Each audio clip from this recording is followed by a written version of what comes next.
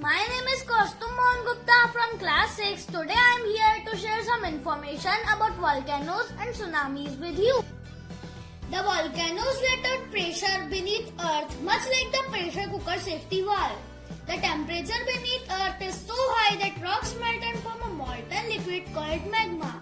This magma along with the ashes and gas exert pressure on the earth's surface. This is called eruption. When the eruption takes place, the ashes and gases will come out from the opening and the magma will flow out. The volcanoes are of two types, active and inactive. Active volcanoes are volcanoes that erupt frequently.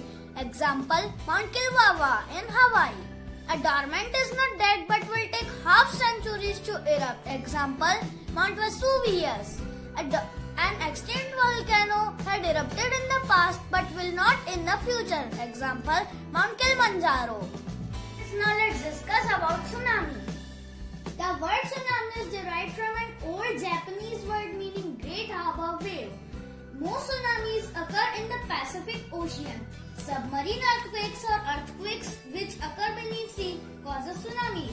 Even though tsunamis cause a lot of destruction, but they can hardly be felt in the middle of the sea. A tsunami comes with a series of waves.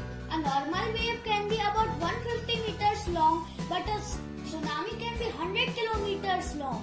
To take care of our environment so that it is a healthy place to live, here are some simple things we can do. To reduce pollution, we should use public transport and cycle to cover short distance. Turn off lights when not in use and take short showers. Use plastic and cardboard. From IBVM school, we request you all to please maintain and conserve the environment. Thank you.